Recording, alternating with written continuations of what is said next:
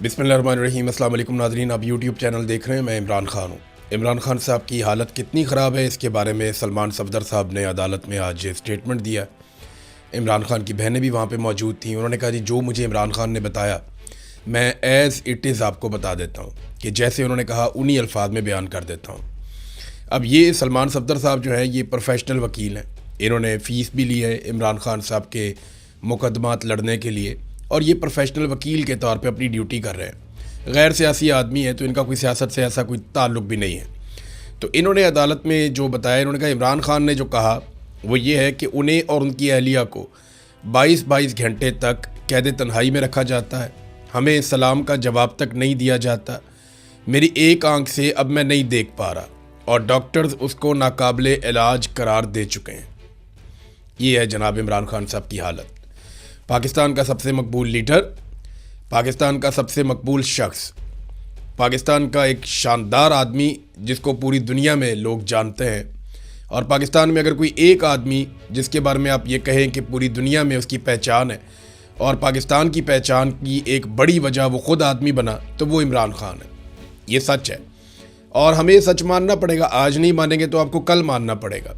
ये journal of the record meetings के अंदर इनसे आप बात करें तो ये मानेंगे कि इनका कद जो है इमरान ख़ान के मुकाबले में कुछ भी नहीं है। ये कुछ भी नहीं बेचते इमरान ख़ान के मुकाबले में। वो 50 साल से इस कौम का हीरो चला आ रहा है। पूरी दुनिया में उसकी पहचान है, एक बड़ा आदमी है और उसे सिर्फ एक ज़िद के चक्कर में एक मिलिट्री जर्नल ने जेल में बंद किया हुआ है और उसको निशान इबरत बना रहा है सिर्फ कि जनाब हम हार नहीं सकते, हमने हर हाल में जीतना है, हमने इसको शिकस्त देनी है। भाई जीतना है जाके इंडिया से जीतें और जीत के कश्मीर को आज़ाद करवा लें। जीतना है जाकर आप इसराइल से जीत लें और फ़लस्तीन को आज़ाद करवा लें। भाई जहाँ आपने वादे किए हुए जीतना है वहाँ पे आप लड़ाई नहीं कर रहे। और वो कौम जिसने आपको अपने खून पसीने से कमा कर दिया, जिसने आपको इतना पैसा दिया, जिसने आपको हथियार दिया, आप उसी कौम के सबसे मकबूल और बड़े लीडर को मार रहे हैं और लगातार मार रहे हैं। अब वो ये तक कहने पर मजबूर हो गया कि मुझे एक आंख से नज़र नहीं आ रहा और डॉक्टर ने कहा है कि इसका इलाज नहीं हो सकता। बुशरा बीबी की आंख का इलाज चल रहा है। अब अदालत के अंदर जाते हैं। देखिए पाकिस्तान तहरीक इंसाफ अदालत में तो जाती है लेकिन अदालत में इंसाफ नहीं है। ये जज इंसाफ नहीं दे पाएंगे। ये बात पाकिस्तान तहरीक इंसाफ को समझनी चाहिए। जब तक पाकिस्तान तहरीक इंसाफ या पाकिस्तान की कौम दबाव नहीं डालेगी तब तक इंसाफ नहीं होगा। और ये इंसाफ अदालत में नहीं होना, ये मिलिट्री एस्टेब्लिशमेंट को आपने पकड़ना है और आपने उनको निकालना है इस सारे मामले से। जब तक पाकिस्तान की मिलिट्री एस्टेब्लिशमेंट इन्वॉल्व है तब तक कोई अदालत इमरान खान को किसी किस्म का इंसाफ नहीं दे सकती। अलीमा खानम ने इसके बारे में वाज़ेह स्टेटमेंट दिया। उन्होंने कहा जज की शक्ल पे कम से कम इंसानियत आ जानी चाहिए थी, तो जज की शक्ल पे उनको इंसानियत नज़र नहीं आई। जज साहब बहुत सख्त परेशान थे कि मैं किसी तरह इस केस को निकाल कर आईनी अदालत में भेज दूं। यानी जज साहब को ये कमिटमेंट दी गई है कि आप यहाँ पे कर दें, आपको हम बचा लेंगे और आईनी अदालत के अंदर हम दोबारा इमरान खान साहब को रगड़ देंगे। इंसाफ देने वाला जज होता तो इमरान खान की आंख का सुनकर उसका दिल हिल जाता, लेकिन जज ने किसी किस्म का उस पर सवाल ही नहीं किया। वो बार बार कह रहा था आओ जी अपील की तरफ। जब वो बता रहे थे कि इंसानियत का मामला देखें आप, ये क्या हो रहा है, तो जज वो बात ही नहीं सुन रहा था। वो कहती हैं ऐसा लगता है इस जज को कॉलें आई हैं और ये फैसले देने से डर रहा है। ये जनाब इस्लामाबाद हाई कोर्ट की हालत है। जो जजेस वहाँ पे केस सुनने की ताकत या हिम्मत रखते थे उन जजेस को वहाँ से ट्रांसफ़र किया जा रहा है। हालात पाकिस्तान की अदलिया के भी पतले ही है। लेकिन क्या इमरान खान साहब किसी अदालत से बाहर आ जाएंगे? सवाल ही पैदा नहीं होता। मैंने आपको पहले भी कहा, मैं आपको अब भी कह रहा हूँ और ज़िम्मेदारी से कह रहा हूँ, जितनी ताकत आसिम मुनीर की बढ़ती जाएगी उतना इमरान खान साहब को मज़ीद तबाह किया जाएगा, उतना इमरान खान साहब को मज़ीद दबाया जाएगा। ये एक ज़िद जैसी कैफियत है कि कुछ भी हो जाए इमरान खान को नीचा दिखाना है, इमरान खान को कमज़ोर दिखाना है, इमरान खान को और उसकी पार्टी को बर्बाद करना है। ये एक ज़िद है और इस ज़िद की भेंट पाकिस्तान चढ़ रहा है।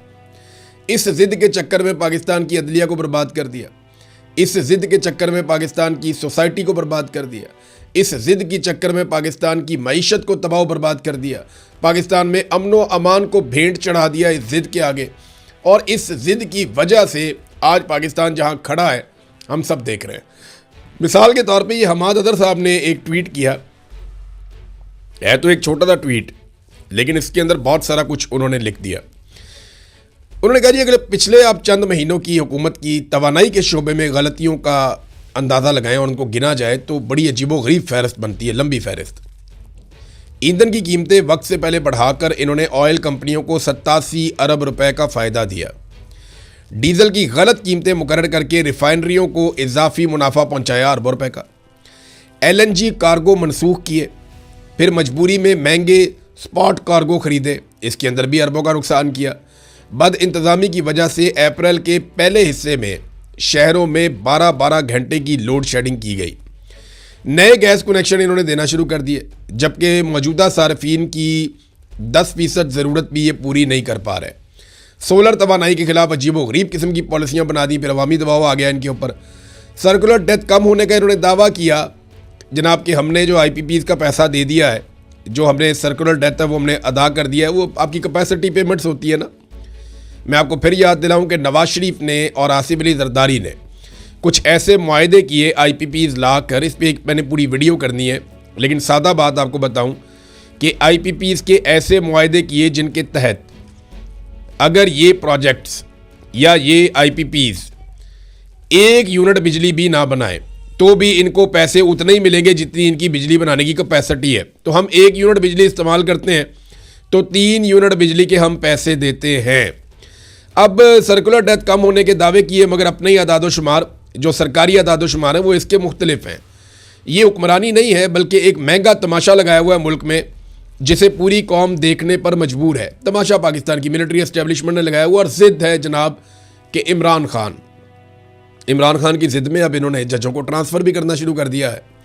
जनरल ज़िया-उल हक के दौर में भी जजेस के तबादले का ऐसा तरीका का राइज नहीं था। ये जस्टिस बाबर सत्तार का खाता है जिन्हें ट्रांसफ़र किया गया पेशावर। जजेस के तबादलों को बतौर हथियार इस्तेमाल करना अदलिया में एक ऐसे कल्चर को फ़रोग देगा जहां बेज़ाब्तियाँ और नाअहलियाँ पनपेंगी। आइन के आर्टिकल 200 और 209 में की गई तरामीम को जजेस को दबाव में लाने के लिए एक हथियार के तौर पर डिज़ाइन किया गया है।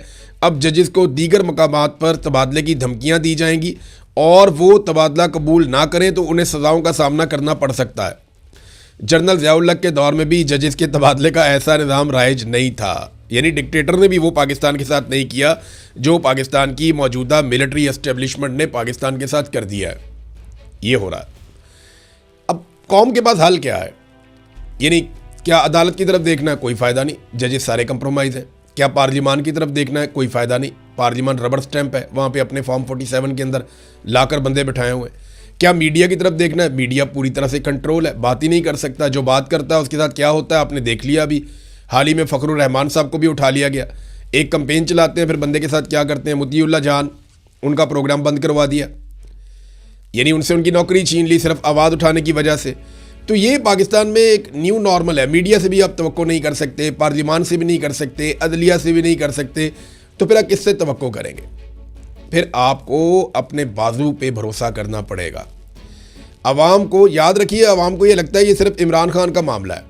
जो लोग ये समझते हैं ना वो बेवकूफ़ी कर रहे हैं कि ये सिर्फ इमरान खान का मामला है। ये इमरान खान का मामला नहीं है, ये पूरी कौम का मामला है। ये मुल्क के ऊपर कब्ज़ा हो रहा है और ये कब्ज़ा इमरान खान ने छोड़ने से इनकार किया था, तब से अब तक फड्डा पड़ा हुआ है। अब तक की सूरत हाल, अपना ख्याल रखिएगा। अपने इस चैनल का भी अल्लाह हाफ़िज़।